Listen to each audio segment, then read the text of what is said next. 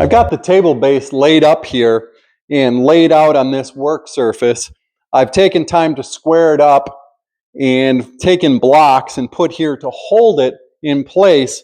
Also will allow me, if I take it back apart, I can put it back together and put it on here and assure that it is square, which is very important when I put the inner rail system in. So I checked initially with a square here. I had to use a spacer, but verified that this corner and the other corner is 90 degrees. But as an additional check, I'm measuring diagonally between the legs to be sure that it's not a parallelogram, it's truly a rectangle. And you can do it with a tape measure, but there's always a little bit of variation to try to read a rounded off corner. So a story stick is what I like to use, and I can feel that it fits exactly the same between both sides. And now I know for sure those are equal diagonally speaking. I also took and cut a spacer for the same distance between the rails back here as it is up here to assure that it's square that way. So I'm in really good shape now to begin my cutting and joinery of the inner rail system. This is a bottom view of the prototype table. To help show the need for an inner rail system, I thought this would be the best way to show it. You need a place to be able to mount the slides for the pull-out work surface for the jigsaw puzzles. And this inner rail system provides that place to mount those slides. It also has to be perfectly square and both sides parallel so that the pull-out works smoothly. The other reason is because of the pull-out tray, there's not one continuous rail from this leg to the other leg in the front. It is broken for the pocket for the slide tray. So to add additional structure, the inner rail system will help. I now have all the pieces cut to the proper length for the inner rail system. One long back inner rail and two side inner rails. These will contain the slides for the pull-out drawer for the puzzle tray. I've got the inner rail system all laid out and experimented with the best way to cut the joinery for this. I'll be using loose tenons, and the mortises will be cut with the Domino machine. They will be lined up on the center line of each rail, and they'll have the same offset from either end, which is easier to do because all the rail system is exactly the same width. And I can show you a close-up view of this.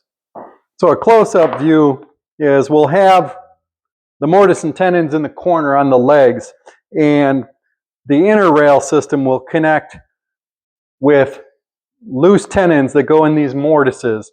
And you can see here, so the main thing is I have to mark the center line so they line up. And that should give us pretty good strength.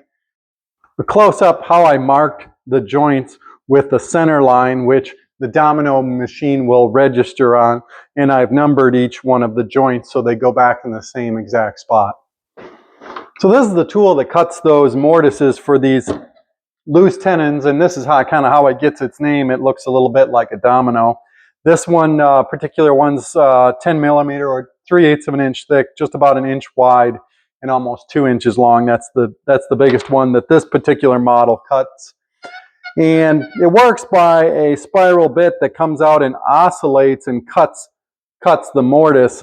There's a fence this way and depth set, and then there's a center line to line up on. I've got the tool apart here. You can see the spiral bit that cuts the mortises, and the gearbox basically turns the bit and also oscillates it back and forth, and that's what cuts that groove. I can give you that's what provides the cutting action, and then this fence system enables you to position it consistently. It's key to have dust extraction because of the amount of chips that are coming off. You have to keep them clean. When I put this on here, I've got the height set at the right amount, and I've got a center line to line up with the center line that I've marked on the board.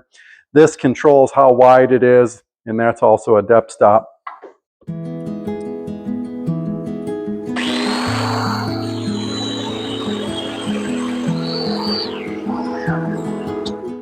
And so that's the mortise that it cut.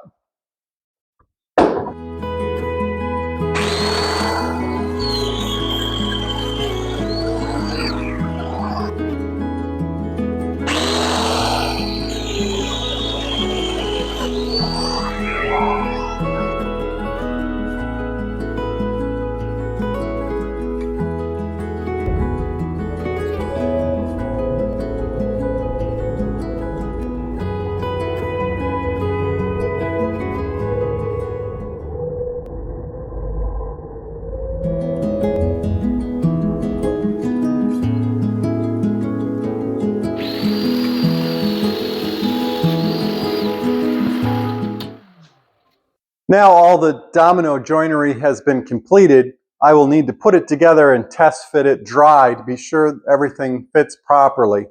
I also took a look at what it's going to take to put this thing together in a glue up. And it needs to be basically put together in these 3 steps in order to allow it to come together, because there are dominoes going this way, and you also have the leg mortises that have to go together. So I've got it kind of separated into 3 setups here. I'll decide how I finally want to glue it. But this corner leg here, this is a view of how the front corner leg joint is put together. Side rail comes into the leg mortise.